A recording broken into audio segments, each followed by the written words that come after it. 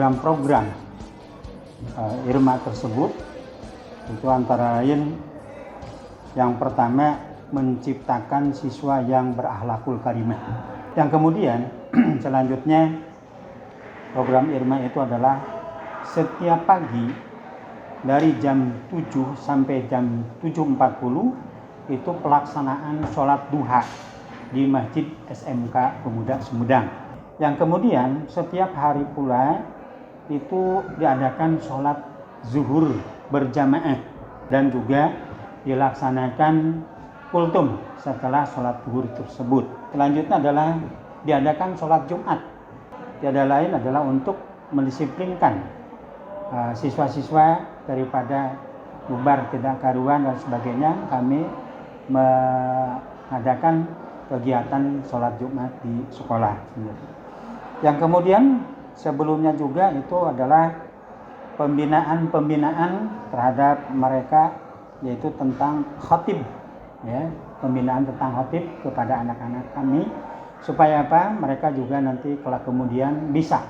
Dan di sini alhamdulillah SMK Pemuda bukan saja artinya hanya otomotif, tapi di sini juga tentang ipteknya dikembangkan, ilmu pengetahuan dan teknologi yang kemudian dibarengi dengan imtak, yaitu iman dan takwa pada Allah Subhanahu wa taala. Kemudian program selanjutnya yaitu pembelajaran Al-Qur'an. Ini bacaan Al-Qur'an disinyalir bahwa anak-anak kami masih ada yang para tahapan dalam Iqra, kemudian tahapan yang sudah lancar dan juga sudah hafal. Nah, ini adalah sesuai dengan tujuannya. Anak-anak kami itu selain dari pinter otomotifnya juga pinter ngajinya, yang kemudian bisa berjalan dengan lancar. Kemudian kalau di kelas itu adalah minimal per satu pertemuan itu satu surat. Artinya nanti anak-anak ketika keluar itu sekitar 10 surat itu sudah hafal, karena mereka harus menjadi imam. Yang kemudian selanjutnya kegiatan-kegiatan apa? Kegiatan tentang PHBI, artinya peringatan Hari Besar Islam. Maka bertujuan untuk mengadakan lomba diantaranya. Ini patut kita selenggarakan, seperti lomba azan, kemudian tahfidz, MTQ, ya, musabaqah tilawatul Quran, dan kemudian cerdas cermat keagamaan. Itu yang diprogramkan. Pemuda yang beriman dan bertakwa kepada Tuhan. Bahwasanya benar program itu kita dengan mengatur target.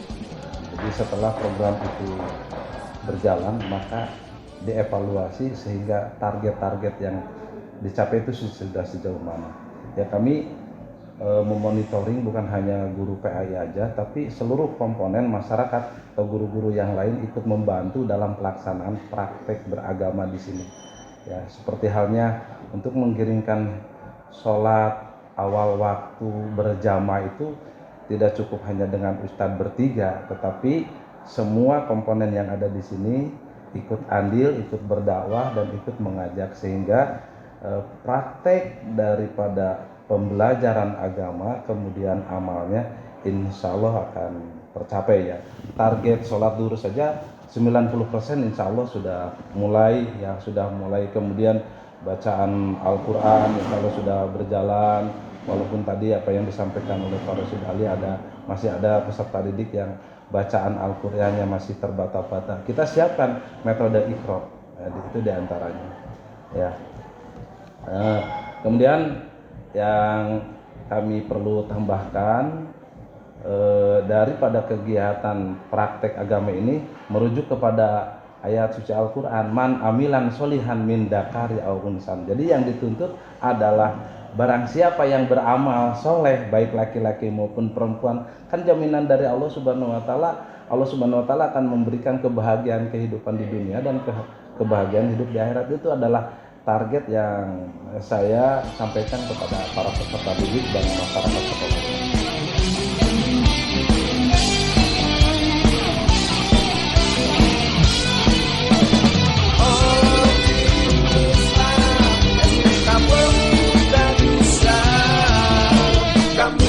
SMK Pemuda, kami SMK Pemuda.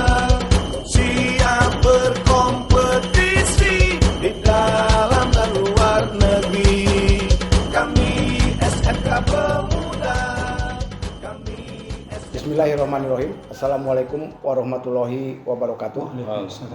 Terima kasih Bang WK atas pertanyaannya bahwa kenapa SMK Pemuda harus berbasis Pondok Pesantren Darul Quran. Kita ingin tujuan hidup kita diciptakan oleh Allah untuk mardotilah itu tercapai, mendapatkan ridho Allah.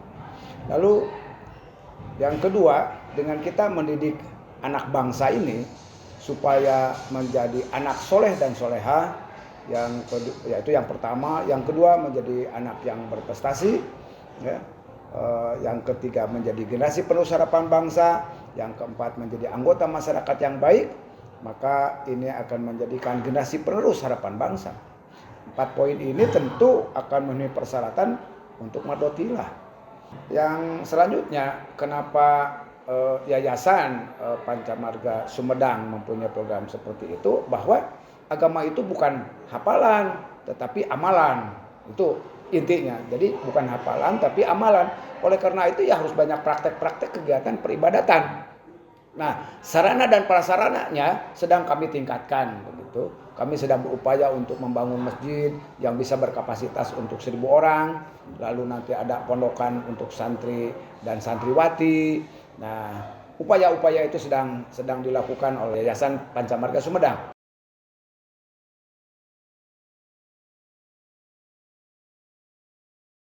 Nah, untuk progres memang ini sudah berjalan. Yang tadinya ruang kelas 3 ruang itu dibuka sehingga menjadi musola dan bisa berkapasitas untuk 350 orang. Lalu progres yang lainnya untuk membangun masjid di lantai 2 itu juga sedang diupayakan ke Timur Tengah dan memang sudah ada channelnya. Nah, lalu yang ketiga ada lahan desa di belakang kampus SMK Pemuda ini seluas 80 bata, itu akan kami tukar guling begitu, dan itu nanti akan menjadi pondokan begitu. Lalu pengembangan kepesantrenannya, perluasan lahan juga kami akan membeli lahan di sekitar kampus SMK Pemuda. Doakan saja semoga yayasan mendapatkan rezeki yang barokah sehingga cita-cita besar ini bisa terlaksana. Nah, sehingga akan menjadi percontohan SMK berbasis pesantren di seluruh Indonesia. Nah, karena perusahaan sebagai user itu mengharuskan sekarang kriterianya nomor 1 itu jujur. Jujur itu datangnya dari akhlakul karimah. Akhlakul karimah jadi didik melalui pelajaran agama. Nah, pelajaran agama ya jangan hafalan, harus amalan. Ya kalau amalan ya harus banyak gurunya, harus banyak fasilitasnya. Sehingga fasilitas-fasilitas yang akan kami sediakan ini sudah dalam perencanaan. Semoga Allah mempercepat rezekinya sehingga bisa cepat terrealisasi.